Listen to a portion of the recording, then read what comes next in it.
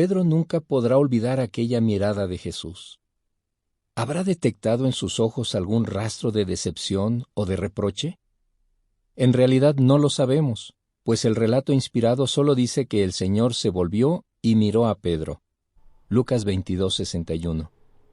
Pero esa sola mirada le bastó al apóstol para comprender la gravedad de su error. Acababa de pasar lo que Jesús había predicho, lo que Pedro mismo dijo que jamás sucedería. Había renegado de su amado Maestro. Este es, seguramente, el peor momento del peor día de su vida. Pedro siente que, en verdad, más bajo no podía haber caído. Ahora bien, ¿estaba todo perdido? Claro que no, pues más tarde a Pedro se le dio la oportunidad de corregir sus errores. Y como era un hombre de gran fe, supo aprovechar esa oportunidad. Y lo que es más importante, pudo aprender de Jesús lo que significa el verdadero perdón. De hecho, esa es una valiosa lección que todos necesitamos comprender, y la dolorosa experiencia por la que pasó Pedro puede ayudarnos a hacerlo.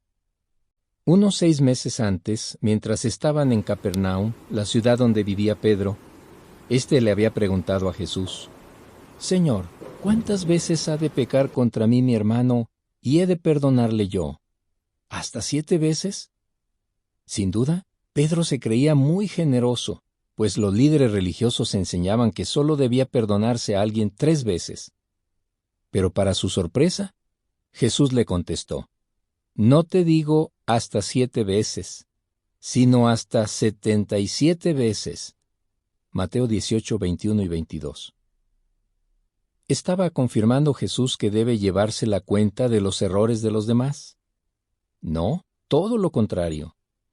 Al convertir el 7 de Pedro en 77, en realidad estaba diciendo que el amor verdadero no le pone límites al perdón. Jesús quería hacerle ver al apóstol que se había dejado influir por la forma de pensar insensible y rencorosa de las demás personas que llevaban la cuenta del perdón como si se tratara de una libreta de deudas. Pero quienes imitan a Dios deben ser mucho más generosos y nobles al perdonar. Primera de Juan 1, 7-9 explica: «Sin embargo, si andamos en la luz, como Él mismo está en la luz, sí tenemos participación unos con otros, y la sangre de Jesús su Hijo nos limpia de todo pecado. Si hacemos la declaración, no tenemos pecado, a nosotros mismos nos estamos extraviando y la verdad no está en nosotros.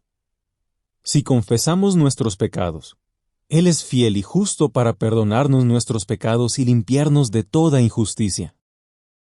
Pedro no contradijo a su maestro, pero ¿le habrán llegado al corazón esas palabras? Lo cierto es que a veces solo logramos entender lo valioso que es el perdón cuando necesitamos desesperadamente que se nos perdone. Eso fue lo que le ocurrió a Pedro justo antes de la muerte de Jesús. En aquellas horas cruciales necesitó muchas veces que Jesús lo perdonara. Aquella era una noche importantísima, la última noche de Jesús como ser humano en la tierra, y todavía tenía mucho que enseñarles a sus apóstoles. Para empezar, les dio una hermosa lección de humildad. ¿Cómo? Lavándoles los pies, una tarea que acostumbraban realizar solo los sirvientes de más baja condición. Al principio, Pedro cuestionó lo que hacía Jesús. Después se negó a que le lavaran los pies, para luego, ante la explicación de Jesús, insistir en que también le lavara las manos y la cabeza. En lugar de perder la paciencia, Jesús les explicó calmadamente a sus apóstoles el significado y la relevancia de sus acciones. Al poco rato, Pedro puso a prueba la paciencia de Jesús una vez más. Entre los apóstoles se desató una discusión sobre quién de ellos era el más importante, y de seguro Pedro también participó en esta vergonzosa muestra de orgullo. No obstante, Jesús los corrigió con cariño y hasta los felicitó por su lealtad, por haber permanecido fielmente a su lado. Pero también les dijo que más tarde lo abandonarían. Al instante, Pedro respondió asegurándole que siempre seguiría junto a su maestro y que incluso estaba dispuesto a dar su vida por él. Jesús, por su parte, le indicó que iba a pasar todo lo contrario. esa misma noche, antes de que un gallo cantara 2 veces, Pedro negaría 3 veces que lo conocía. Entonces, el apóstol no solo contradijo a Jesús, sino que alardeó diciendo que iba a demostrar ser más fiel que todos los demás. Es sorprendente que Jesús no perdiera la paciencia. De hecho, aunque eran momentos muy difíciles para él, siguió fijándose en las virtudes de aquellos hombres imperfectos. Sabía que Pedro le iba a fallar, y sin embargo dijo: «He hecho ruego a favor de ti, para que tu fe no desfallezca. Y tú, una vez que hayas vuelto, fortalece a tus hermanos». Lucas 22:32. ¡Cuánta bondad y comprensión mostró Jesús! Él confiaba en que Pedro se recuperaría en sentido espiritual y volvería a servir a Dios fielmente. Más tarde, en el jardín de Getsemaní, Pedro tuvo que ser corregido en varias ocasiones.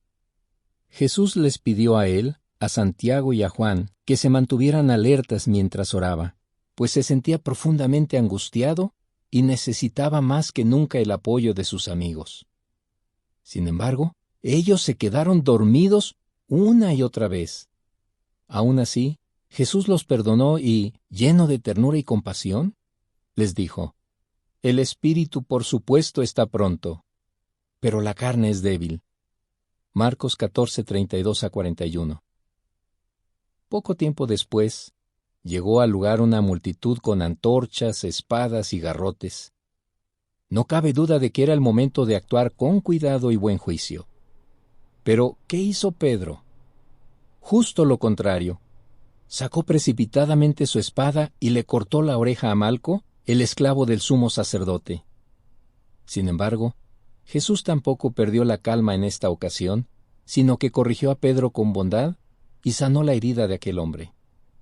Además, les dijo a sus discípulos que no debían recurrir a la violencia, principio que los cristianos seguimos hasta nuestros días. ¿Cuántas veces puso a prueba Pedro la paciencia del Maestro? Las acciones de este apóstol demuestran una gran verdad. Todos pecamos vez tras vez.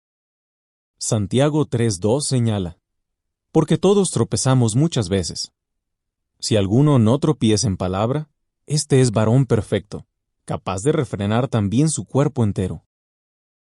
¿Acaso hay alguien en el mundo que no tenga que pedir perdón a Dios cada día? Para Pedro, sin embargo, aquella noche todavía no había terminado. Aún faltaba lo peor. Jesús le dice a la multitud que dejen ir a sus apóstoles, pues es a él a quien buscan.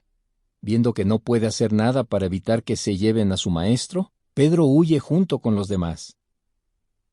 Al rato, Pedro y Juan dejan de huir. Quizá se detienen cerca de la casa de Anás, quien había sido sumo sacerdote, pues fue allí a donde primero fue llevado Jesús para ser interrogado.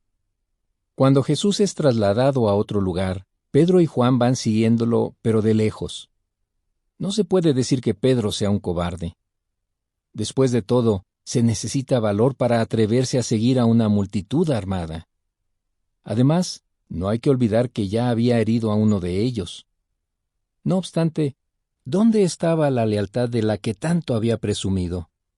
Incluso había asegurado que estaba dispuesto a dar su vida por Jesús. Al igual que Pedro, hoy muchas personas siguen a Cristo de lejos. No quieren que otros se den cuenta. Pero, como más tarde escribió Pedro mismo, la única manera de seguir correctamente a Cristo es manteniéndonos lo más cerca posible de Él. Debemos seguir su ejemplo en todo momento, sin miedo a las consecuencias.